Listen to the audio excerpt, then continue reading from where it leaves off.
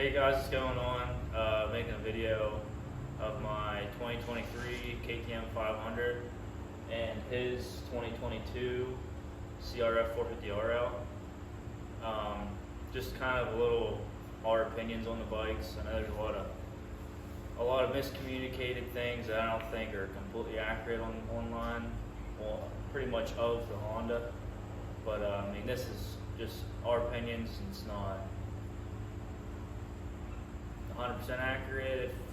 If there's no facts behind it, because it's just our opinion.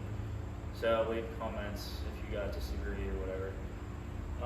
Our first topic is the price.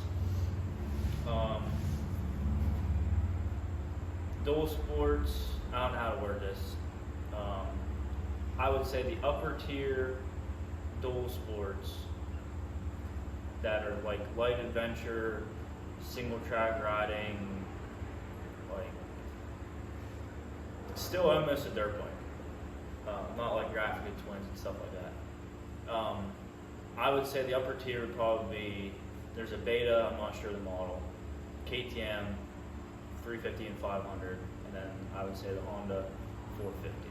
I'd say the Husky's up there too. Yeah, I mean, yeah, Neither one of us has rode one of yeah, that. same thing. But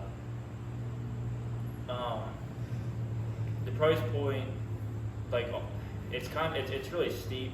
But then again, if you look at moto bikes, for a brand new moto bike, you're paying almost 10 grand for a moto bike. So it is. I mean, that's just what the market is now. I got my bike, I think $500 under MSRP, but I mean, they probably just tagged it on with some sort of dealer fees or whatever. The Honda's a little bit cheaper. I paid $12,500 for mine. That was out the door. Yeah, out the door, $12,500. I don't know. Price wise, yes, KTM's a couple $1,000 more. Husqvarna's gonna be a couple $1,000 more. Is it worth it? I would say it's gonna be your bike, the preference, what you prefer, what bike you prefer. If you're a brand specific guy, or just what you think you sit on, you feel, maybe you ride them. But the price, I mean, it's only it's like $2,000 more, so that's what it is. Reliability. That's probably a touchy subject for both bikes. Now, we only have, you have 500 miles on yours? I have 510 on mine. So we both didn't have any problems with anything so far. I know, just looking at the Honda, it looks like it's built better, like as in like the electrical connectors, and just it almost seems more like the motorcycle, like everything's just solid. And I know KTM has a lot of problems, like you're supposed to take apart like the front headlight and then get dielectric grease and go through all the plugs just so it seals everything off, because they're just not at the Honda level, I would just say. Motor wise, I know the KTM's like interval maintenance is a little bit quicker than the Honda, but I've also was doing some research before I bought mine. This is from what I know. The KTM 500 motor is based on, like, it's developed as a dual sport platform. Whether the Honda, it's based off of the race bike motor. Now, for granted, it has lower compression and there's different internals in the motor. Will the longevity be there? I don't know. I know I saw guys online with the Hondas having like 10,000 miles with no problems. So, I mean, it's all going to depend on like how you ride the bike. If you're going to beat the snot out of it, it's going to probably need a top end or motor work quicker than the other one. But like just general, they both probably definitely have their little flaws. Like I know KTM has some fuel filter, fuel pump issues. But I mean, it's just probably hit or miss. Well, that goes on the maintenance too. Just like Yeah, oil how changes. well you maintain the bike. Like, Yeah, and like oil your changes change and stuff.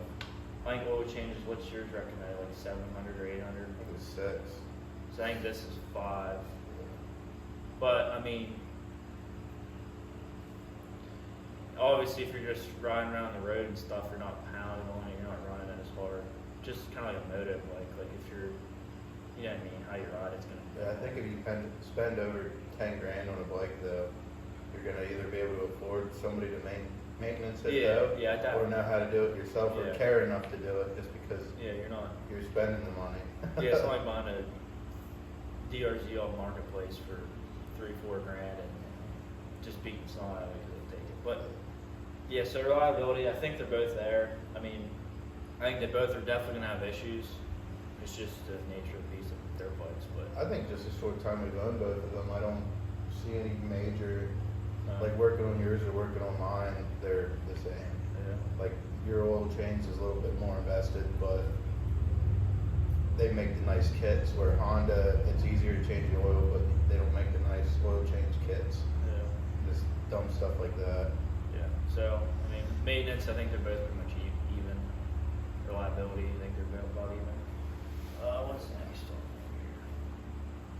here? Okay, so we both watched this video. I don't know the channel's name. It said the Honda crf450rl is unrideable. Stop. I 100% disagree with that. Yes, it can be better. I've never personally rode one with an ECU and exhaust, like uncorked, but it's obviously known that it can be better out of the box. But you don't have to spend the money right off the rip, and it is definitely manageable. Like once you learn how to ride it.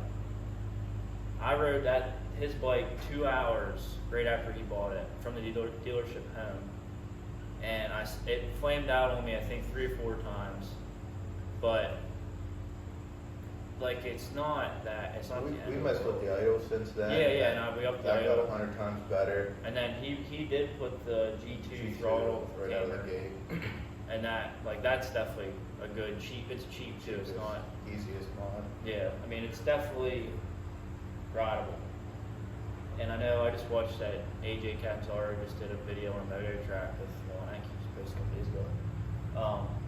He was riding a moto with it.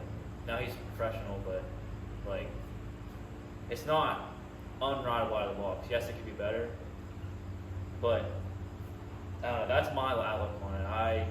I think like that's the biggest misconception on YouTube with this dual sport is that it's rideable. The way that everybody made it out to seem was a lot worse than it was. Now I know they fixed the problems from the 19 was the first year for the L's. They fixed the problem. This is the 22. I know they did do a bunch of stuff from the first years. I mean, riding in the woods with him, he's a better rider than I am. This bike has never limited me from doing anything. Like I've never had it randomly stall when I was trying to do something technical or going through water or anything like that. One thing I noticed that everybody says is like when I first started up, it stalls right away. I think most bikes do that when they're cold. This fires right back up and then runs though the second time. If I'm in the woods and dump it, it fires right back up. Now I had the other week there, I dumped it and I just had to turn the key off and turn it back on. I don't know if it needed like reset. Other than that though, as far as I don't think I've ever had a flame out like in the woods.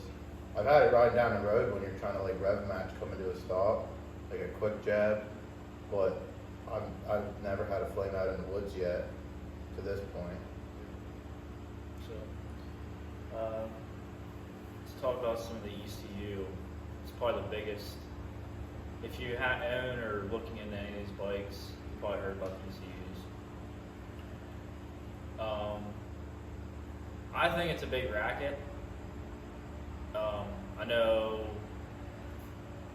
same way within like kind of like the diesel world. Like now you can't send like GM trucks. You can't get to send your ECM to get out or get reflash or whatever. But biggest one for that bike that I've seen is the Vortex. And I've heard mixed things on the Vortex now. I know the KTM also has Vortex. That aim off of Takamoto Co. They're supposed to be good. I haven't really read too much on them. I watched one video a guy did on the, I think it was for the Honda. He said the aim's a good product. I think I want to go with this bike eventually. I'm going to get the Get ECU from Takamoto Co. and uncork it. I know it's a big expense, and I don't know if it's worth it or not because I never had one or rode one with it done. But from information and just videos I've watched, it's said they say it's just like a whole other animal. Like you can even tune it down so like even if you're riding woods, it'll be just a smoother experience and better throttle response and all. It doesn't have to be all out power all the time. But I think if you would spend the money on the bike, not saying right off the rip, I definitely would recommend riding it stock first. But yes, it is expensive, but if you're going to spend the money on the bikes, I'm sure you're going to spend the money on ECUs too. Yeah, you always want to make it better. Yeah, that's my opinion. We both started on 250s, and here we are, the 500 and 450. But back to it again, I do not think you need the ECU for that bike to ride it. I think it's definitely recommended. Yeah. I'll have different opinions after I get it and ride the bike, and same with his. But as of now, with 500 miles, it's definitely rideable. It's manageable. And I'm coming from a 450R riding trails, and that thing was not fun. And in the woods, this bike is a completely different bike to ride in the woods, especially being the same motor, basically same chassis, just heavier. This bike is day and night compared to the R in the woods. I think that's about it. Yeah, like I said, if you guys want to keep on watching the channel, see what all we do to these bikes. I'll have his bike on it a good bit.